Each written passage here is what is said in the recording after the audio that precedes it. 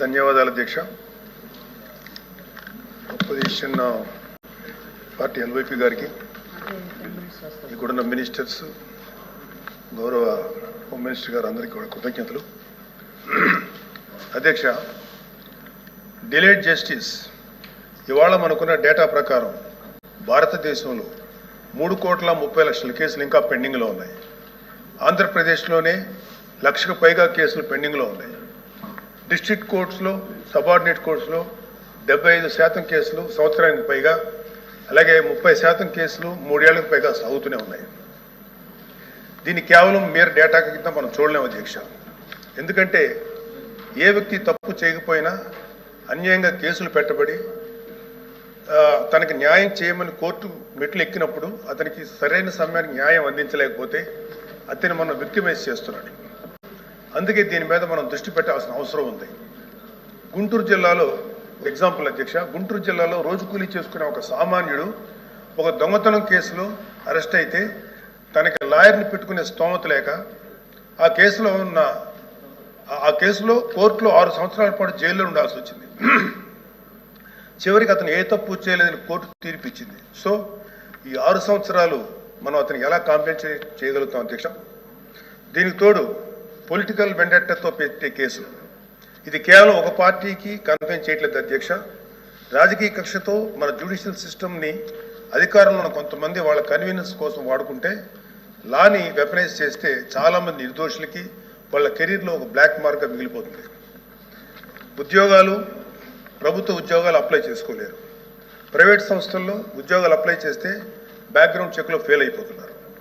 Passport seize చేసినప్పుడు పాస్పోర్ట్లు కనుక seize చేసే పరిస్థితుల్లో అక్కడ కూడా వాళ్ళని హోల్డ్లో పెట్టేస్తారు.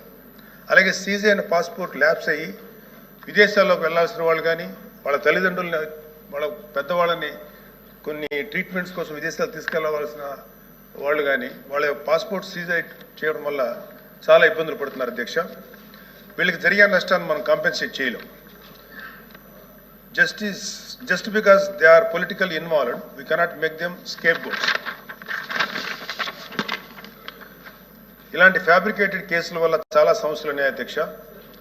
ఇలాంటి ఫ్యాబ్రికేటెడ్ కేసెస్ వల్ల జెన్యూన్గా విచారించాల్సిన కేసెస్కి ప్రయారిటీ ఇవ్వలేము అధ్యక్ష.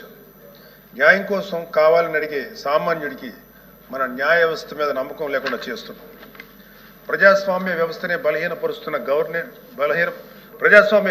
బలహీనపరుస్తున్నట్టు గవర్నెన్స్లో మనకి మోరల్ అథారిటీ లేకుండా పోతుంది.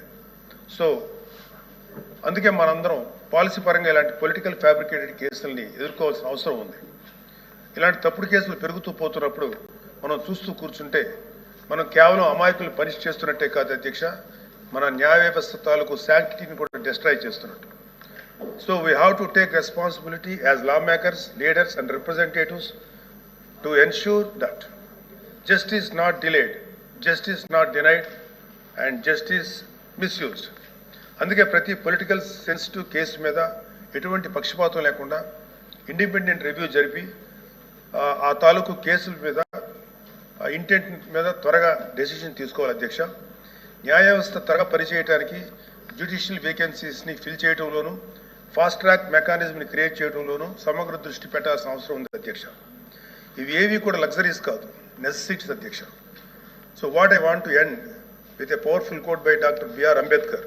However good a constitution may be, it is sure to turn out bad because those who are called to work it happen to be a bad lord.